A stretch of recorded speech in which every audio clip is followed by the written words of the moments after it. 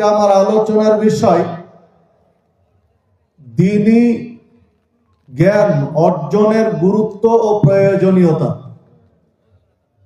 দ্বীনি জ্ঞান অর্জন করা কেন প্রয়োজন, এর গুরুত্ব কতটুকু, যারা দ্বীনি জ্ঞান অর্জন করছি তারা কতটুকু লাভবান হচ্ছি, যারা দ্বীনি জ্ঞান অর্জন করছি না তারা কতটুকু ক্ষতিগ্রস্ত হচ্ছে, ক্ষতির মাত্রাটা কতটুকু।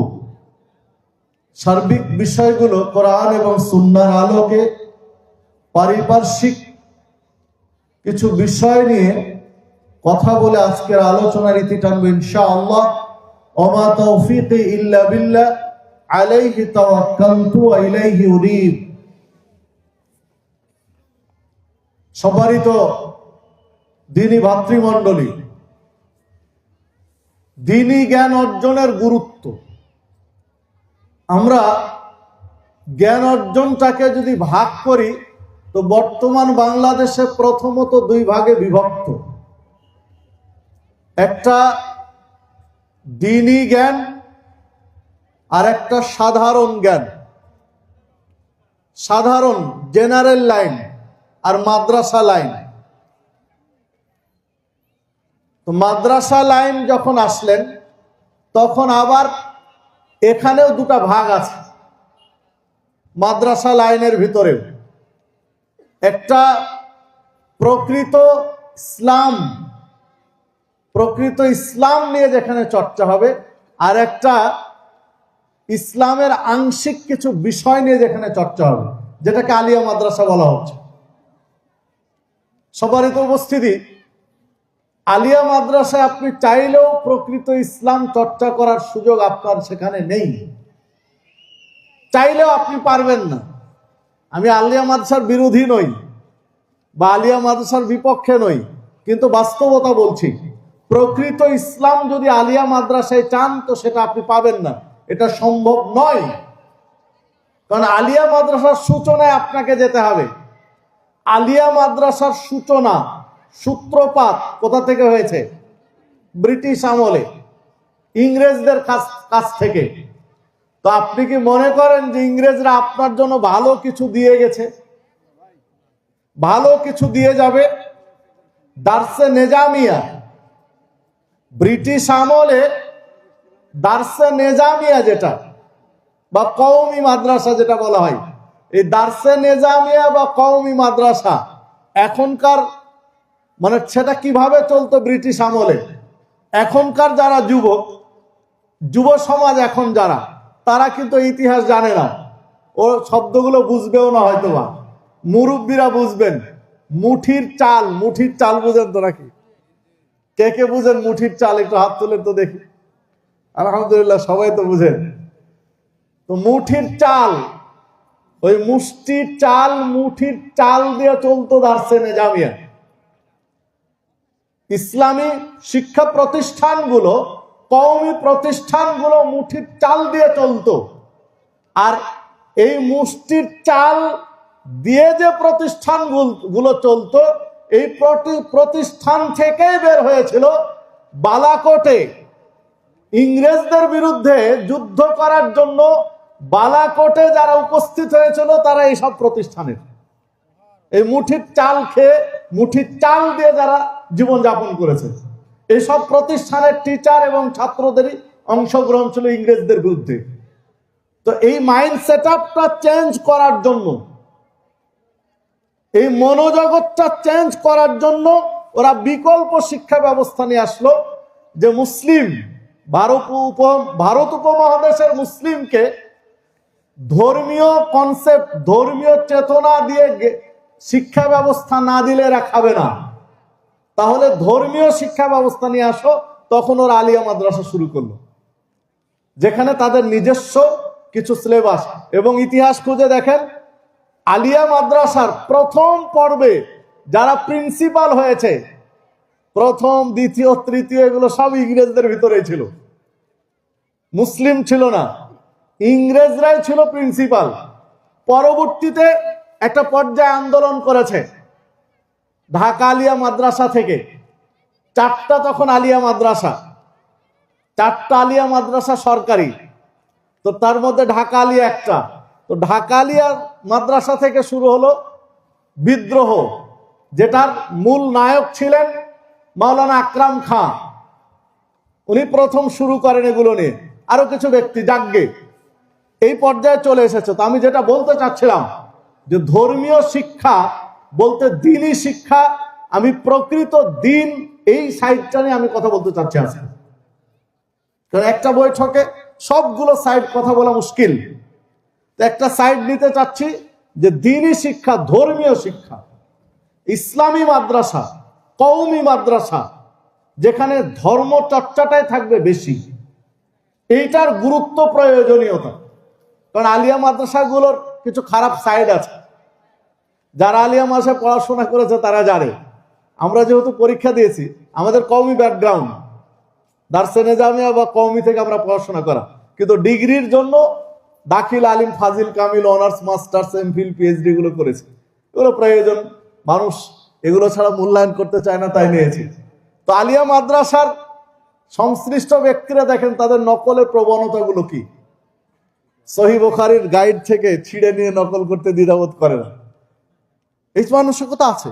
কারণ দেশ জাতি চলো হবে, কিভাবে আপনি উল্টাবেন, জাগ্গে বেশি বলতে গেলে খারাপ দেখাবে।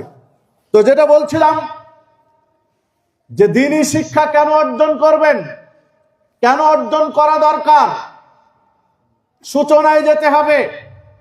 আপনার আমার পরিচয় কি, আপনার আমার পরিচয় কি, সেই জায়গা থেকে শুরু করতে হবে। আপনার আমার পরিচয় হলো আপনি আমি মুসলিম, কি বলেন তো, মুসলিম। তো মুসলিম পরিচয় আপনার আমার। ইসলাম, আমরা যে ইসলামী জীবন ব্যবস্থা মেনে চলি, যে ইসলাম পালন করি, এই ইসলামের সূচনা কোত্থেকে শুরু হয়েছে?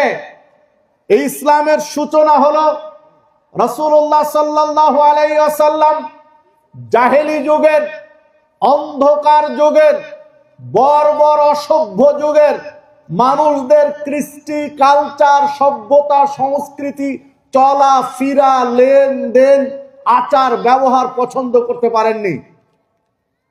তারা যেভাবে জীবন যাপন করেছে তা সভ্য মানুষের জীবন যাপন নয়, রুচিশীল মানুষের জীবন যাপন নয়, ভদ্র মানুষের জীবন যাপন নয়। এই জন্য তিনি একটা পর্যায়ে এসে সমাজ ছেড়ে চলে গেলেন গারে হিরাই। সমাজ ছেড়ে মক্কা থেকে, কাবা ঘর থেকে বেশ কয়েক মাইল দূরে পাহাড়ের উপরে গিয়ে গুহা, গারে হেরা, হেরা গুহায় তিনি আশ্রয় নিলেন। বসে বসে ধ্যান করতেন, ভাবতেন এই ঘুণে ধরা সমাজকে কিভাবে আলোর পথে নিয়ে আসা যায়, বর্বর অসভ্য মূর্খ জাতিকে, এই নোংরা জাতিকে কিভাবে পথে আনা যায়। হারবুল ফুজ্জার, ফুজ্জারের যুদ্ধ, এক যুদ্ধ শুরু হয়েছিল, ছাগলে গম খেয়ে নিয়েছে, গমের ক্ষেত ছাগলে খেয়ে নিয়েছে। ছাগলের মালিক আর ক্ষেতের মালিক, গমের জমিওয়ালার মালিক, দুইজনে তর্ক বিতর্ক থেকে শুরু, এক পর্যায়ে হাতাহাতি, পরবর্তী পর্যায়ে দুই গোত্র মিলে যুদ্ধ, যে যুদ্ধ চলতে থাকলো 40 বছর যাব। কত মানুষের প্রাণ হারিয়ে গেল, কত মানুষ পঙ্গু হলো। শুরু হলো কি দিয়ে? একটা ছাগল গম খেয়ে নিয়েছে। কতটুকু গম খেতে পারে একটা ছাগলে? কত টাকার গম খেতে পারে? একটা ছাগলের মূল্য কত? গমই বা কতটুকু ক্ষতি হয়েছে, একটা ছাগলেই বা কতটুকু ক্ষতি হয়েছে। অথচ কত মানুষের জীবন চলে গেল, কতজন পঙ্গু হলো, কতজন হাত হারালো, পা হারালো, কত কিছু হলো। এই সমাজকে কি করে তিনি, সমাজকে কি করে ভালো করা যায়, এগুলো ছিল তার ভাবনা। এইরকম একটা পর্যায়ে আল্লাহ রাব্বুল আলামিন জিবরিলকে পাঠালেন। জিবরিল আলাইহিস সালাম তার সমস্ত ডানা পাখা মেলে দিয়ে সেই দিন আসমান থেকে এসেছিলেন নবী মুহাম্মদ সাল্লাল্লাহু আলাইহি সাল্লামের কাছে। রাসূলুল্লাহ সাল্লাল্লাহু আলাইহি সাল্লামের কাছে এসে আল্লাহ রাসূল সাল্লাল্লাহু আলাইহি সাল্লাম একটু ভয় পেয়ে গেছিলেন। এক ভিন্ন দৃশ্য, মনে হচ্ছে পুরো আসমান জুড়ে পাখা মেলে আছে কেউ। সমস্ত পাখা মেলে দিয়ে জিবরিল এসেছেন রাসূলুল্লাহ সাল্লাল্লাহু আলাইহি সাল্লামের কাছে, এসে বলছেন যে আপনি পড়ুন। উনি আল্লাহ রাসূল সাল্লাল্লাহু আলাইহি সাল্লাম বলছেন আমি পড়া জানি না। তারপরে একটা পর্যায়ে বুকের সাথে জড়িয়ে ধরলেন, জড়িয়ে দিয়ে বললেন পড়ুন, ইকরা বিইসমি রাব্বিকাল্লাযী খালাক। পড়ুন আপনার প্রভুর নামে যিনি আপনাকে সৃষ্টি করেছেন। এই দিন থেকে মুহাম্মদ ইবনে আব্দুল্লাহ হয়ে গেলেন মুহাম্মদুর রাসূলুল্লাহ সাল্লাল্লাহু আলাইহি ওয়াসাল্লাম। এই দিন থেকে শুরু হলো ইসলামের সূচনা। ইসলামী জীবন ব্যবস্থার সূচনা হলো ইকরা বিইসমি রাব্বিকাল্লাযী খালাক। পড়ুন আপনার প্রভুর নামে যিনি আপনাকে সৃষ্টি করেছেন। ইসলামী জীবন ব্যবস্থা, আপনি আমি মুসলিম, আপনি আমি মুসলিম, আপনার আমার জীবন ব্যবস্থার নাম ইসলাম, যেটা শুরুই হয়েছে পড়া দিয়ে। পড়ো তোমার প্রভুর নামে যিনি তোমাকে সৃষ্টি করেছেন। এই বাক্য দিয়ে যে ইসলামের শুরু হলো। প্রত্যেকটা মুসলিমের পড়াশোনা হবে ওই রবের নামে যিনি সৃষ্টি করেছেন। মানে যে পড়াশোনা দিয়ে রবকে চেনা যাবে। কোন রব? যিনি সৃষ্টি করেছেন। যিনি সৃষ্টি করেছেন ওই রবকে যে পড়া দিয়ে পড়াশোনা করা যাবে, এই পড়া দিয়ে শুরু হবে আপনার আমার পড়াশোনা। পড়াশোনার একটা মূল লক্ষ্য থাকবে, পড়াশোনার একটা মূল টার্গেট থাকবে রবকে চেনা। সম্মানিত উপস্থিতি, প্রসঙ্গত বলে রাখি, ঈমান বাড়ার যতগুলো কারণ আছে, কি কি কারণে একজন মানুষের ঈমান বাড়ে, এই মর্মে যারা লেখালেখি করেছেন বাংলা ভাষায় বা অন্যান্য ভাষায়, তো ঈমান বাড়ার যে কারণগুলো উল্লেখ করেছেন তার মধ্যে গুরুত্বপূর্ণ একটা কারণ উল্লেখ করেছেন রব সম্পর্কে জ্ঞান অর্জন করা। আল্লাহ সম্পর্কে যত জ্ঞান থাকবে, রব সম্পর্কে আপনার যত গভীর জ্ঞান থাকবে, আপনার ঈমান তত বাড়বে, তত মজবুত হবে। আল্লাহ সম্পর্কে জ্ঞান যত গভীর হবে, ঈমান তত মজবুত হবে আপনার। সম্মানিত উপস্থিতি, এই জন্য ইসলামের শুরু হয়েছে ওই প্রভুর নামে পড়া যিনি সৃষ্টি করেছেন। তাহলে সম্মানিত উপস্থিতি, আপনার আমার প্রত্যেকটা মুসলিমের পড়াশোনা হবে রবকে চেনা যায় এই পড়াশোনা। কিন্তু আমরা কয়জন পেরেছি? দেখুন,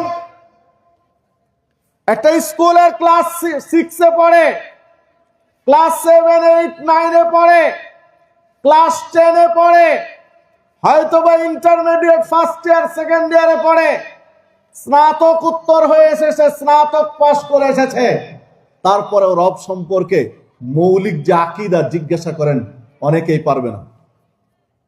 সর্বোচ্চ ডিগ্রি নিয়ে আসার পরেও রব সম্পর্কে সঠিক জ্ঞান তার নেই, মূল আকীদা ঠিক নেই, তাহলে তাকে কি পড়াশোনা করালেন? এই ডিগ্রি দিয়ে কি করবেন? মনে রাখবেন, যেই যুগে কোরআন নাজিল হয়েছে এই যুগের 16 জন শিক্ষিত ব্যক্তি ছিল, 16 জনের অন্যতম ছিল আবুল হাকাম। 16 জন ব্যক্তিকে ধরা হতো, তারা জ্ঞানী মানুষ, তার মধ্যে একজন হচ্ছে আবুল হাকাম।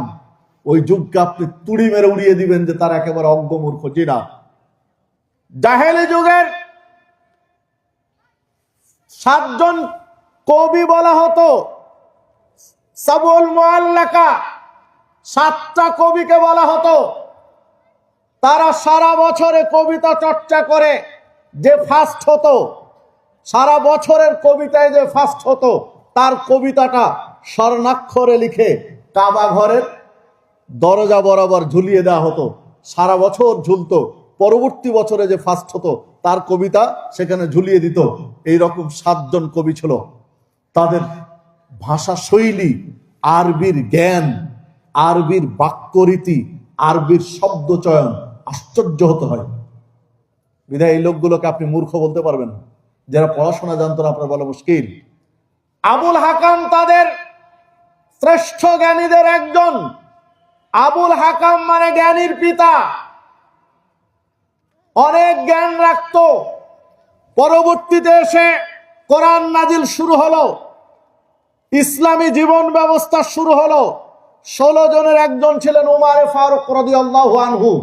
16 জন জ্ঞানীর মধ্যে উমারে ফারুক রাদিয়াল্লাহু আনহু তার জাহেলি যুগের জ্ঞানের সাথে ইসলামী যুগের জ্ঞানকে সমন্বয় ঘটালেন, ইসলাম গ্রহণ করলেন, কোরআন মাজিদের জ্ঞানের সাথে তার জ্ঞানের সমন্বয় ঘটালেন।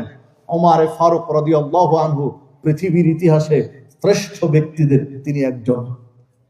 আবুল হাকাম কোরআনের জ্ঞান অর্জন করলো না, কোরআন মাজিদ মেনে নিল না, কোরআনের জ্ঞানের সাথে নিজের জ্ঞান সমন্বয় ঘটালো না।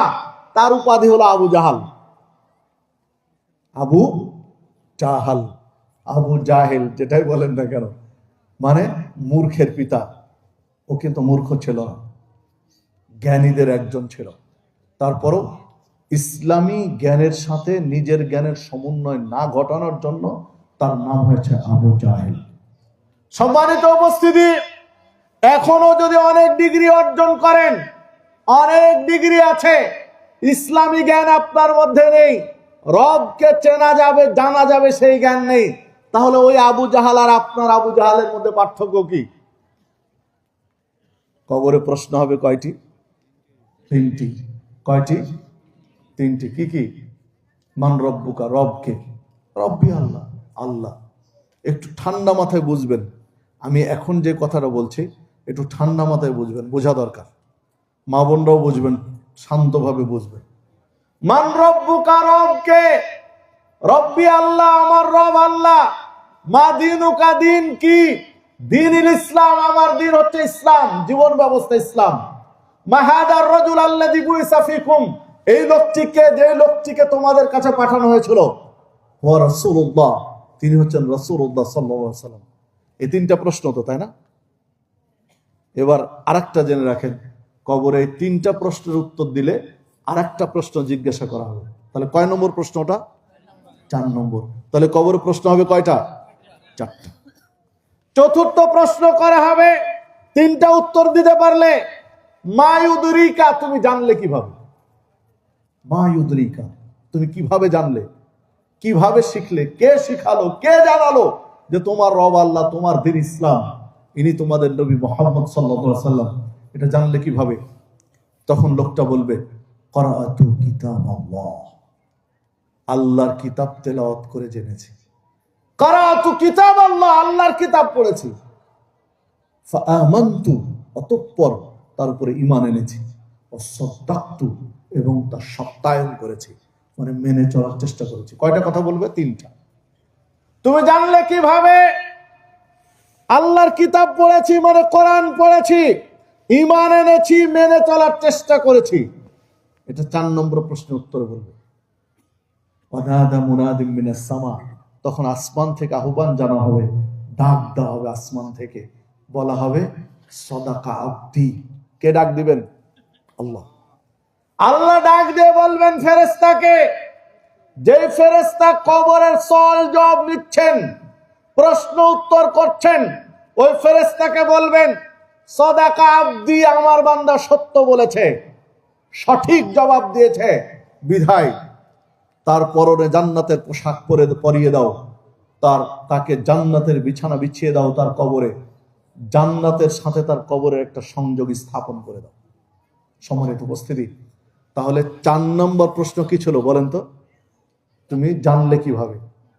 জবাব কি দিল? আল্লাহর কিতাব পড়েছি, ঈমান এনেছি এবং সত্যায়ন করেছি, মানে মেনে চলার চেষ্টা করেছি। তাহলে বোঝা যায় এই হাদিসকে সামনে নিয়ে এসে, যে হাদিস সংক্ষিপ্ত আকারে সহিহ বুখারীতে কিছু অংশ রয়েছে আর বিস্তারিত আছে মুসনাদ আহমদের মধ্যে, এই হাদিসে যেটা বোঝা যায়, যে ব্যক্তি কোরআন মাজিদ তেলাওয়াত করে, তেলাওয়াত করা জানে, তেলাওয়াত করে, ওই ব্যক্তির জন্য কবরের প্রশ্নের উত্তর দেওয়া সহজ। আর যে ব্যক্তি কোরআন মাজিদ তেলাওয়াত করা জানে না, তার জন্য কবরের প্রশ্নের উত্তর দেওয়া কঠিন। তাহলে এবার আপনি বলেন যে দিনী জ্ঞান অর্জন করা দরকার কি দরকার নাই? দরকার আছে। দিনী জ্ঞান অর্জন করা দরকার আছে।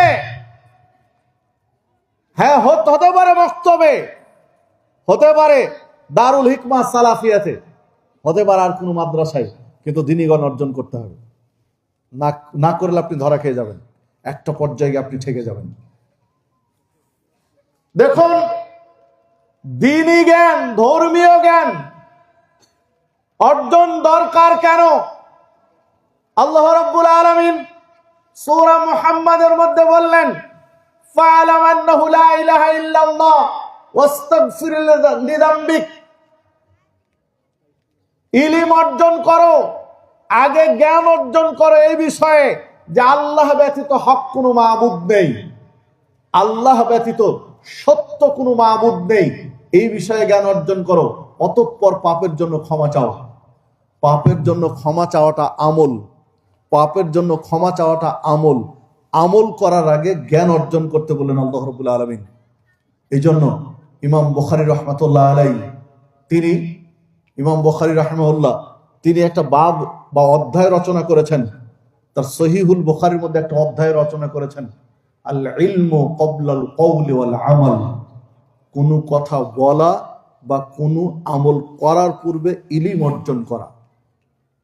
মানে কিছু বলতে হলে, কোনো আমল করতে হলে ওই বিষয়ে আগে কি অর্জন করতে হবে? ইলম অর্জন করতে হবে, জ্ঞান অর্জন করতে হবে। আল্লাহ রাব্বুল আলামিন ওই কথাই বললেন যে আগে জ্ঞান অর্জন করো যে আল্লাহ ব্যতীত হক কোনো মাবুদ নেই, এরপরে পাপের জন্য ক্ষমা চাও। মানে আগে আকীদা ঠিক করতে হবে জ্ঞান দিয়ে, আল্লাহ ব্যতীত হক মাবুদ নেই, এই আকীদা আপনার তৈরি হয়নি, এই বিশ্বাসে আপনার জন্ম নেয়নি। আপনি ক্ষমা প্রার্থনা করে কি করবেন? ক্ষমা প্রার্থনা করে কি করবেন? আপনার আকীদা, আপনার জ্ঞানের মধ্যে যদি থাকে যে যমজ কলা খেলে দুটো সন্তান হতে পারে, যমজ কলা খেলে দুটি সন্তান হতে পারে, এই বিশ্বাস যদি আপনার মধ্যে থাকে, তাবিজ ব্যবহার করলে রোগ ভালো হয়ে যাবে, এই বিশ্বাস যদি আপনার মধ্যে থাকে, 10 বছর ধরে সন্তান হচ্ছে না, উমুক তুমুক পীরের কাছে গিয়ে চাইলে সন্তান হয়ে যাবে, এই বিশ্বাস যদি আপনার মধ্যে থাকে, ব্যবসায় উন্নতি হচ্ছে না, অমুক পীরের কাছে নজর নিয়াজ দিলে ব্যবসায় উন্নতি হবে, এই বিশ্বাস যদি আপনার মধ্যে থাকে, বিশ্বাস যদি আপনার মধ্যে থাকে, ওই বাউলদের বিশ্বাস যদি আপনার মধ্যে থাকে যে সব, যদি এই বিশ্বাস আপনার মধ্যে থাকে যে মানুষের কোনো দোষ নেই, যেমনে নাচাও তেমনে নাচি, পুতুলের কি দোষ, মানুষের তো দোষ নেই, যেভাবে আল্লাহ নাচাই সেভাবে নাচি, তিনি খাওয়ালে খায় না, তিনি না খাওয়ালে খেতে পায় না, বিধায় মানুষের কোনো দোষ নেই, তিনি তো সবকিছু করেন, এই বিশ্বাস যদি আপনার মধ্যে থাকে, তাহলে আপনি ক্ষমা চেয়ে কি করবেন? কারণ আপনার মধ্যে শিরকি আকীদা, বিশ্বাস, শিরিক ঢুকে আছে, এবং শিরকে আকবার, সবচেয়ে বড় শিরকের চেতনা আপনি লালন করেন। আপনি ক্ষমা চেয়ে কি করবেন? আগে শিরিক থেকে নিজেকে মুক্ত হতে হবে, আর শিরিক থেকে মুক্ত হওয়ার জন্য আপনার জ্ঞান দরকার। আপনার জ্ঞান না থাকলে তো আপনি বুঝতে পারবেন না, আপনার জ্ঞান না থাকলে আপনি বুঝতে পারবেন না যে কোনটা শিরিক আর কোনটা শিরিক নয়। এটা বোঝার জন্য আপনার জ্ঞান দরকার। পৃথিবীতে যত পাপ আছে, সবচেয়ে বড় পাপের নাম হচ্ছে শিরিক। শিরিক যে ব্যক্তি করেছে, শিরিক করে যে ব্যক্তি মারা গেছে, ওই ব্যক্তির জন্য জান্নাত হারাম। ইন্নাহু মান ইউশরিক বিল্লাহ ফাকাদ হারামাল্লাহু আলাইহিল জান্নাহ। যে ব্যক্তি শিরিক করে মারা গেছে, ওই ব্যক্তির জন্য জান্নাত হারাম এবং জাহান্নাম অবধারিত। ওই ব্যক্তি জালেম, তার কোনো সাহায্যকারী থাকবে না। তাহলে আপনি শিরিক থেকে বাঁচতে হলে তো আপনার একটা জ্ঞান দরকার। শিরিক কি জিনিস, শিরিকের ক্ষতিকারক প্রভাব কি, এই জ্ঞান না থাকলে আপনি বাঁচবেন, ওটা থেকে বেঁচে থাকবেন কি করে? জ্ঞান দরকার। এই জন্য আল্লাহ রাব্বুল আলামিন বলছেন যে আগে জ্ঞান অর্জন করো, ফা'লাম আন্নাহু লা ইলাহা ইল্লাল্লাহ, আগে জ্ঞান অর্জন করো আল্লাহ ব্যতীত হক কোনো মাবুদ নেই, ওয়াস্তাগফির লিযামবিক, অতঃপর পাপের জন্য ক্ষমা চাও। মানে আমল পরে, আগে জ্ঞান অর্জন করো। যে আমল করবে ওই আমলটা করতে হলে আগে জ্ঞান দরকার। সম্মানিত উপস্থিতি, জ্ঞানের মর্যাদা কেমন হতে পারে? রাসূলুল্লাহ সাল্লাল্লাহু আলাইহি ওয়াসাল্লাম বললেন, ফাজলুল আলিম আলাল আবিদ কাফাজলি আলা আদনাকুম। একজন আলেমের মর্যাদা আবেদের উপরে, তোমাদের সাধারণ মানুষের উপরে আমি নবীর মর্যাদা যেমন। একটা সাধারণ মানুষ, একেবারে সাধারণ মানুষের উপরে নবী মুহাম্মদ সাল্লাল্লাহু আলাইহি ওয়াসাল্লামের মর্যাদা যেমন, একজন আবেদের উপরে আলেমের মর্যাদা তেমন। আবেদ মানে সারাদিন ইবাদত করে, সারা রাত ইবাদত করে। আল্লাহ রাসূল সাল্লাল্লাহু আলাইহি ওয়াসাল্লামকে একজন সাহাবী বললেন যে আল্লাহ রাসূল সাল্লাল্লাহু আলাইহি ওয়াসাল্লাম, একজন ব্যক্তি সারাদিন সিয়াম পালন করে, সারা রাত ইবাদত করে, মানে আবেদ মানুষ, দিন রাত 24 ঘন্টা ইবাদতে কাটায়। আরেকজন ব্যক্তি শুধু ফরজ আমলটুকু করে আর বাকি সবাই সময় ইলিম অর্জন করে, ইলিম বিতরণ করে। শুধু ফরজ আমলটুকু করে আর বাকি সময় ইলিম অর্জন করে, ইলিম বিতরণ করে। আর একজন সারাদিনই ইবাদত করে, সারা রাত ইবাদত করে। তো কোন ব্যক্তি উত্তম? তখন আল্লাহ রাসূল সাল্লাল্লাহু আলাইহি ওয়াসাল্লাম বললেন, ওই আবেদের উপরে আলেমের মর্যাদা, আমিষ নবীর মর্যাদা যেমন সাধারণ মানুষের উপরে। সম্মানিত উপস্থিতি, মানে জ্ঞান অর্জন করতে হবে, জ্ঞান থাকতে হবে। জ্ঞান থাকলে আপনার মর্যাদা বেড়ে যাবে। কেমন বাড়বে? রাসূলুল্লাহ সাল্লাল্লাহু আলাইহি ওয়াসাল্লাম বলেছেন, ফাজলুল আলেমি আলাল আবেদ, আবেদের উপরে আলেমের মর্যাদা ওই রকম কালাইলাতুল বদর, যেমন পূর্ণিমার চাঁদ উঠেছে রাত্রিতে, পূর্ণিমার চাঁদের মর্যাদা অসংখ্য তারকারাজির উপরে যেমন, অগণিত তারার উপরে পূর্ণিমার চাঁদের মর্যাদা যেমন, আবেদের উপরে আলেমের মর্যাদা। সম্মানিত উপস্থিতি, ইবনে মাজার মধ্যে হাদিসটি রয়েছে, আবু দাউদেও রয়েছে, ইবনে মাজার 223 নম্বর হাদিস। অসংখ্য তারকার মধ্যে মান কোনটার বেশি? চাঁদের, পূর্ণিমার চাঁদের। ওই রকম অসংখ্য আবেদের উপরে একটা চাঁদের মতো মর্যাদা হচ্ছে একজন আলেমের। মানে দ্বীনি জ্ঞান থাকতে হবে আপনার মধ্যে, ধর্মীয় জ্ঞান আপনার মধ্যে থাকতে হবে। দেখুন, সন্তানকে ধর্মীয় জ্ঞান দেন। প্রত্যেকেই সন্তানকে ভালোবাসি, প্রত্যেকেই সন্তানের উপরে আপনার আমার যথেষ্ট খেয়াল আছে। আল্লাহ রাব্বুল আলামিন সন্তান সম্পর্কে কিছু কথা বলেছেন। আমি দু একটি আল্লাহ রাব্বুল আলামিনের বাণী আপনার সামনে তুলে ধরি, তাহলে আপনার বুঝতে সহজ হবে যে কেন সন্তানকে দ্বীনি জ্ঞান অর্জন করাবেন। আল্লাহ রাব্বুল আলামিন সূরা আলে ইমরান 14 নম্বর আয়াতে বলেন, যুয়্যিনা লিন-নাসি হুব্বুশ শাহাওয়াতি মিনান নিসাই ওয়াল বানিন। আরো কিছু কথা বলেছেন যে আল্লাহ রাব্বুল আলামিন মানুষকে সুশোভিত করেছেন, মানুষের জীবনকে সৌন্দর্য মণ্ডিত করেছেন স্ত্রী দিয়ে, নারী দিয়ে এবং সন্তান দিয়ে। নারী দিয়ে, সন্তান দিয়ে মানুষের জীবনকে সৌন্দর্য বর্ধন করেছেন। তাহলে সন্তান আপনার আমার জন্য শোভা, সৌন্দর্যের প্রতীক। যার সন্তান নেই এই ব্যক্তি বুঝে সন্তান না থাকার কষ্ট কি। আল্লাহ রাব্বুল আলামিন সূরা কাহাফ 46 নম্বর আয়াতে বলেন, আল মালু ওয়াল বানুনা জিনাতুল হায়াতিদ দুনিয়া। সম্পদ এবং সন্তান পার্থিব জীবনের জন্য শোভা, সৌন্দর্য। সম্পদ এবং সন্তান হচ্ছে আপনার আমার জীবনের জন্য সৌন্দর্য। তাহলে সন্তান সৌন্দর্য সুন্দর করে গড়তে হবে। আল্লাহ রাব্বুল আলামিন বলছেন, দেখুন আল্লাহ রাব্বুল আলামিন সূরা আনফাল 28 নম্বর আয়াতে বলেছেন, ওয়া'লামু আন্নামা আমওয়ালুকুম ওয়া আওলাদুকুম ফিতনা। জেনে রাখো, তোমরা জেনে রাখো, তোমাদের সম্পদ, তোমাদের সন্তান তোমাদের জন্য ফিতনা। ফিতনা মানে পরীক্ষা, ফিতনা মানে পরীক্ষার বস্তু, ফিতনা মানে বিপদ আপদ, ফিতনা মানে সমস্যা। তোমাদের জন্য সম্পদ আর সন্তান হচ্ছে ফিতনা, পরীক্ষার বস্তু। আল্লাহ রাব্বুল আলামিন সূরা তাগাবুন 14 নম্বর আয়াতে বলেছেন, ইয়া আইয়ুহাল্লাযীনা আমানু, হে ঈমানদারগণ, ইন্না মিন আজওয়াজিকুম ওয়া আওলাদিকুম আদুওয়াল লাকুম ফাহযারুহুম। হে ঈমানদারগণ, তোমাদের কতক স্ত্রী, তোমাদের কতক সন্তান তোমাদের জন্য শত্রুর নাই, বিধায় তাদের বিষয়ে সাবধান থাকো। যে সন্তানকে আল্লাহ রাব্বুল আলামিন বললেন যে একজন মানুষের জীবনের সৌন্দর্য শোভা বর্ধনকারী বিষয়, মানুষের জীবনকে সৌন্দর্য বর্ধন করেছেন সন্তান দিয়ে। ওই সন্তান সম্পর্কে আল্লাহ রাব্বুল আলামিন বলছেন যে এই সন্তান হলো তোমাদের জন্য কি? শত্রু। আল্লাহ রাব্বুল আলামিন বলেছেন আদুউল লাকুম। আদুবুন শব্দটা আল্লাহ ব্যবহার করেছেন অন্য জায়গাতে শয়তান, আজাজিল শয়তানকে বুঝাতে। আজাজিল শয়তানকে বুঝাতে আদুবুন শব্দ ব্যবহার করেছেন।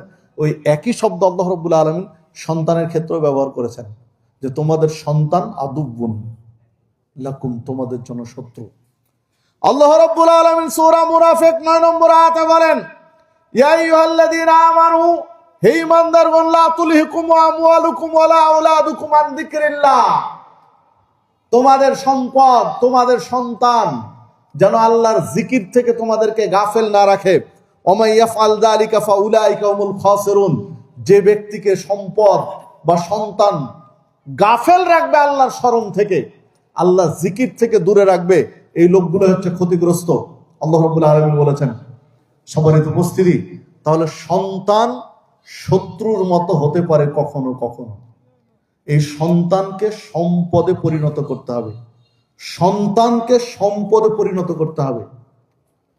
কোটি টাকা রেখে যাওয়ার চেয়ে একটা সন্তানকে সম্পদে পরিণত করেন।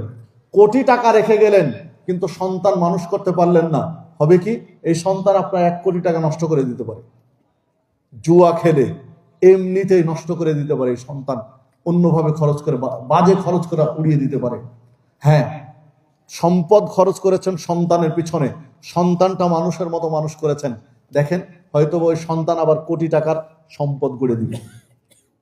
মানে ইসলাম যেটা বুঝিয়েছে যে সন্তানকে সম্পদে পরিণত করতে হবে, সন্তানকে ধর্মীয় জ্ঞান দিতে হবে, দ্বীনি জ্ঞান দিতে হবে।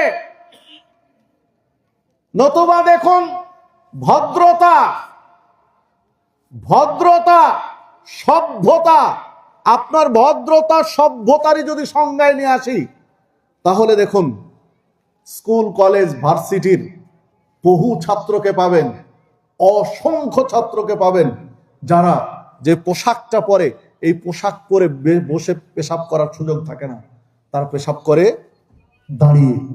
আপনি মাদ্রাসার দ্বীনি লাইনে পড়াশোনা করেছে, এই রকম আপনি মাদ্রাসায় খুঁজতে থাকেন, 100তে 1 জন 2 জন পেতে পারেন, 2-1টা ভিন্ন হতে পারে।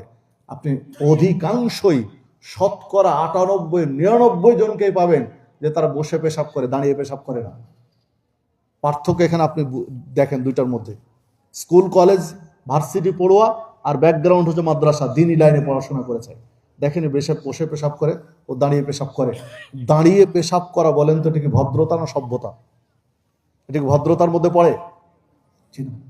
সভ্যতার মধ্যেও পড়ে না, ভদ্রতার মধ্যেও পড়ে না। তাহলে এই ক্ষেত্রে যদি বলেন তাহলে ভদ্র সভ্যতা আছে, ভদ্রতা আছে, সভ্যতা আছে মাদ্রাসার ছাত্রদের, যেটা স্কুলে ছাত্রদের নেই। ফল দাঁড়িয়েছে বাংলাদেশের সবচেয়ে বড় এয়ারপোর্ট, ঢাকা আন্তর্জাতিক এয়ারপোর্ট, আন্তর্জাতিক বিমানবন্দর। যারা হজ উমরা করতে গিয়েছেন খেয়াল করে দেখবেন যে আন্তর্জাতিক এয়ারপোর্টে বসে পেশাব করার কোনো ব্যবস্থা নেই। পেশাবখানা পায়খানা দুইটা তো, তাই না? ল্যাট্রিন, পেশাবখানা, পায়খানা দুইটা সিস্টেম। সেখানে আপনি পেশাবখানা যতগুলো পাবেন আন্তর্জাতিক এয়ারপোর্টে ভিতরে, পেশাবখানা যতগুলো পাবেন সবগুলো দাঁড়িয়ে পেশাব করার, বসে পেশাব করার কোনো পেশাবখানা নেই।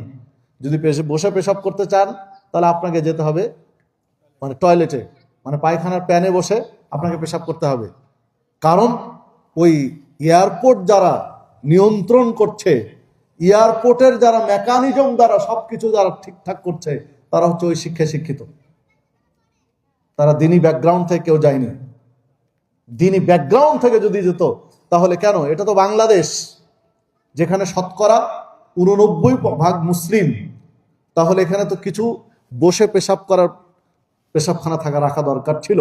ঠিক আছে, অনেক বহির্বিশ্বের ফরেনার আসে, অনেক দর্শনার্থী আসে, তাদের জন্য দাঁড়িয়ে পেশাবখানা দরকার, ঠিক আছে রাখেন। যদি 50টা পেশাবখানা হয় তাহলে 20টা রাখেন, দাঁড়িয়ে, 30টা রাখেন বসে, না হলে অর্ধেক অর্ধেক করেন, 25টা দাঁড়িয়ে 25টা বসে, কিন্তু একটাও বসে পেশাবখানা রাখা হয়নি, সব দাঁড়িয়ে পেশাব করতে হবে। সভ্যতা আপনি কাকে শিখাচ্ছেন? সভ্যতা আপনি কাকে শিখাচ্ছেন? সভ্যতা এটা নয় যে দাঁড়িয়ে পেশাব করবে, এটা সভ্যতা নয়, এটা মানুষের শিষ্টাচারের মধ্যে পড়ে না। সম্মানিত উপস্থিতি, দেখুন, টাকনুর নিচে প্যান্ট পরা, এটাকে আপনি সভ্যতা মনে করেন, ধর্মীয় সাইড অফ রাখেন। আধুনিক বিজ্ঞান দিয়ে, চিকিৎসা বিজ্ঞান দিয়ে যদি কারো সুযোগ থাকে তো প্রমাণ করে দেখেন যে টাকনুর নিচে পুরুষের প্যান্ট পরা উপকারী। আমি আপনাকে বলছি টাকনুর নিচে প্যান্ট পরা ক্ষতিকর, এটা চিকিৎসা বিজ্ঞান বলছে। চিকিৎসা বিজ্ঞান বলছে পুরুষ মানুষ টাকনুর নিচে প্যান্ট পরবে, এটা ক্ষতিকর। যদি এই বিষয়ে গবেষণা দেখতে চান তাহলে ডাক্তার তারেক মাহমুদ, পাকিস্তানের একজন বিখ্যাত ডাক্তার, তার এই মর্মে বিস্তারিত গবেষণা রয়েছে। সুন্নাতে রাসূল ও আধুনিক বিজ্ঞান, যেটার বাংলা হয়েছে বেশ কয়েক খণ্ড, 7-8 খণ্ডে বাংলা হয়েছে, উর্দু ভার্সন ছিল, এখন বাংলা হয়ে গেছে। একটু পড়ে দেখেন তার বই, সুন্নাতে রাসূল আধুনিক বিজ্ঞান। উনি ডাক্তার মানুষ, ক্ষতিকর সাইডগুলো উল্লেখ করেছেন। আমি তো আর ডাক্তার না যে আপনাকে একটা একটা করে ধরে ধরে দেখাবো ক্ষতিকর সাইড। হরমোনজনিত বেশ কিছু সমস্যা আছে এখানে, পুরুষ মানুষ যদি টাকনুর নিচে কাপড় পরে তাহলে। এই ক্ষেত্রে দেখুন, এই শিক্ষা মাদ্রাসায় দেওয়া হয়। মাদ্রাসাতে আমাদের ছোট থেকে এই ওস্তাদরা শেখায় টাকনুর নিচে পুরুষ মানুষ কাপড় পরতে পারবে না। তাহলে অরিজিনাল শিক্ষা এখান থেকে আসছে, যেটা আপনার ভার্সিটি দিতে পারে না, যেটা আপনার কলেজ দিতে পারে না, যেটা আপনার স্কুল দিতে পারে না, সেই শিক্ষা দিচ্ছে মাদ্রাসা, যে টাকনুর নিচে কাপড় পরা যাবে না।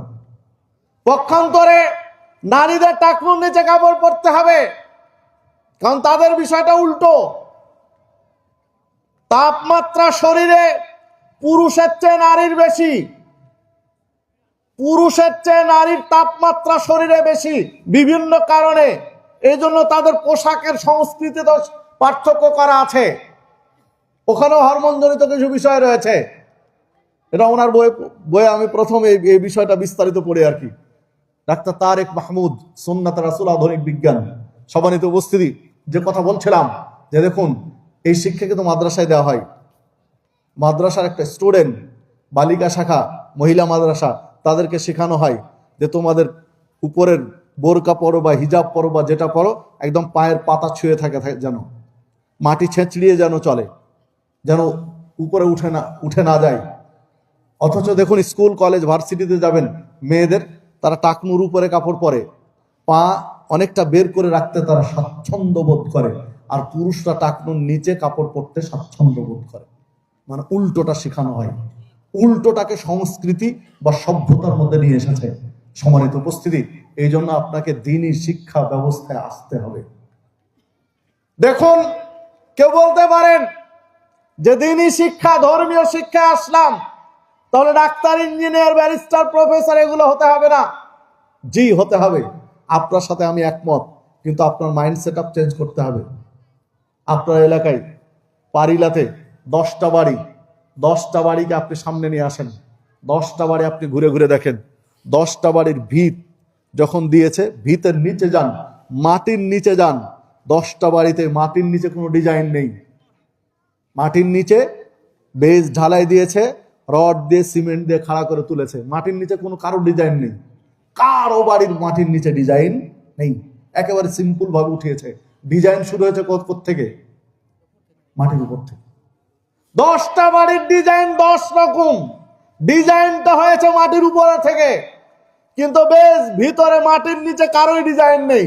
হ্যাঁ, যিনি যত উপরে তালা উঠাবেন, যিনি বিল্ডিং যত উপরে উঠাবেন, তিনি বেস তত গভীর থেকে দিয়েছেন, তার বেসটা তত মজবুত ভাবে নিচ থেকে উঠিয়েছেন, কিন্তু কোনো ডিজাইন নেই।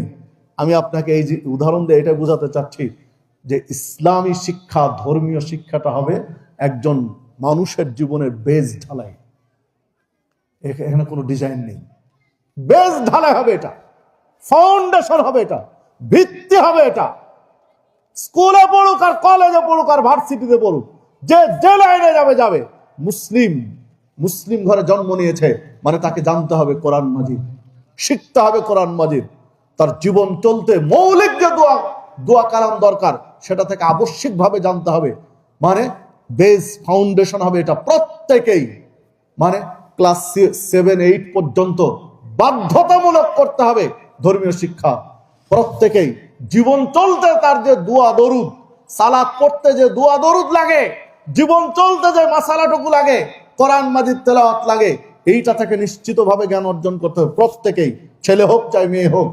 মুসলিম ঘরের সন্তান হলে এইটুকু জানতে হবে। মাটির নিচে ঠিক হলো, এবার উপরে গিয়ে ডিজাইন করেন।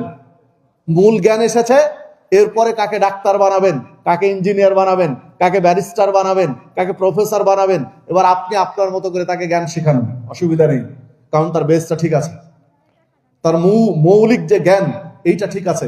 এইটা ঠিক রেখে উপরে এবার আপনি আপনার মতো করে তাকে করেন, সমস্যা নেই। হ্যাঁ, যাকে আলেম বানাতে চান, যাকে বড় আলেম বানাতে চান, তার বেস ঢালাই তখন তত মজবুত করে নিয়ে তুলতে হবে ধর্মীয় সাইডটা। কিন্তু যাকে ডাক্তার, ইঞ্জিনিয়ার, ব্যারিস্টার বানাবেন, মূল ফাউন্ডেশন যেন ঠিক থাকে, মূল জ্ঞান যেন ঠিক থাকে। আর এটার জন্য দরকার ছিল 7 বা 8 পর্যন্ত ধর্মীয় শিক্ষা বাধ্যতামূলক। কোরআন মাজিদ প্রত্যেকটা স্কুলে পড়ুক, বা ইংলিশ মিডিয়ামে পড়ুক, বা আর কোন স্কুলে পড়ুক, বা যেখানে পড়ুক, যেন কোরআন মাজিদ তেলাওয়াত শিখে। কে শোনে কার কথা? স্বাধীনতার পর থেকে মানে দিন ধর্ম দরদি কোন শিক্ষামন্ত্রী বাংলাদেশে হয়নি। সব আপন আপন ধান্দা নিয়ে আগাচ্ছে। শুধু নাম মুসলিম দিলে হয় না। নবী মুহাম্মদ সাল্লাল্লাহু আলাইহি ওয়াসাল্লামের বাবার নাম কি ছিল? আব্দুল্লাহ। মুসলিম ছিলেন? বলেন, মুসলিম ছিলেন? জি না, মুসলিম ছিলেন না। তো নাম শুধু মুসলিম দিলে হয় না। স্বাধীনতার পর থেকে, স্বাধীনতার আগের হিসাব বাদ দিলাম, স্বাধীনতার পর থেকে দিন ধর্ম দরদি কোনো শিক্ষামন্ত্রী বাংলাদেশের ইতিহাসে আসেনি। কোনোদিন আসবে কিনা জানি না। যদি আসতো তাহলে এই বিষয়গুলো নিয়ে চিন্তা করত। সব আপন আপন ধান্দা নিয়ে আগিয়েছে, এগুলো নিয়ে চিন্তা করেনি। যত জ্ঞান রয়েছে পৃথিবীতে, ডাক্তারি লাইন বলেন, ব্যারিস্টারি লাইন বলেন, ইঞ্জিনিয়ারিং লাইন বলেন, বা আর কোনো লাইন বলেন, প্রত্যেকটা জ্ঞান যে বই পুস্তক লেখা হয়েছে এটা মগজ প্রসূত। একজন বা একাধিক জনের চিন্তা ফিকির গবেষণা দিয়ে একটা বই লিখেছে। সেই বই পড়ে পড়ে ডাক্তার হয়েছে, সেই বই পড়ে ইঞ্জিনিয়ার হয়েছে, সেই বই পড়ে ব্যারিস্টার হয়েছে, কেউ প্রফেসর হয়েছে। আর ধর্মীয় লাইনে পড়ার জন্য মূল যে থিম দরকার, মূল যে বই দরকার, সেটা হচ্ছে আল কোরআন। কোন পৃথিবীর কোন মানুষ বা কেউ বলতে পারবে এটা আমার রচনা? জি না, এটা কার? কালামুল্লাহ আল্লাহর। যিনি সারা পৃথিবীর সবকিছু নিয়ন্ত্রণ করেন, যাতে কোনো ভুল নেই। তাহলে এই জ্ঞানটাই তো আগে দরকার ছিল। এই জ্ঞানটা তো নির্ভুল, যাতে সামান্যতম, একেবারে ছোট থেকে ছোট অনুপরিমাণ কোনো ভুল নেই। এই বইটাই তো, এই প্রস্তুতটাই, এই কোরআনুল কারীমটা সবার মধ্যে এই জ্ঞানটা ছড়ানো উচিত ছিল, কিন্তু এটা কেউ ভাবি না। কারণ আমরা দাসত্বকে পছন্দ করি। হয় গোলামি করতে হবে ইংরেজদের, না হলে গোলামি করতে হবে পার্শ্ববর্তী ভারতের, না হলে গোলামি করতে হবে অন্য কোনো রাষ্ট্রের। এই গোলামি করতে করতে আমাদের সারা জীবন যাচ্ছে। মাথা উঁচু করে দাঁড়াতে হবে, এই চিন্তা কারো মাথায় নেই। আগে ছিলাম একজনের গোলাম, এখন আর একজনের গোলাম। এই গোলামের জিনজিন নিয়ে আপনাকে আমাকে আগাতে হবে। যদি থাকতো, অন্য চিন্তা থাকতো, তাহলে এগুলো নিয়ে ভাবতাম। যা আপনার আমার জন্য আছে ইসলাম, আপনার আমার জন্য হচ্ছে কোরআনুল কারীম। কোরআনুল কারীম মানে একেবারে নির্ভুল, অথেন্টিক্স, প্রামাণ্য, সামান্যতম কোনো ভুল নেই।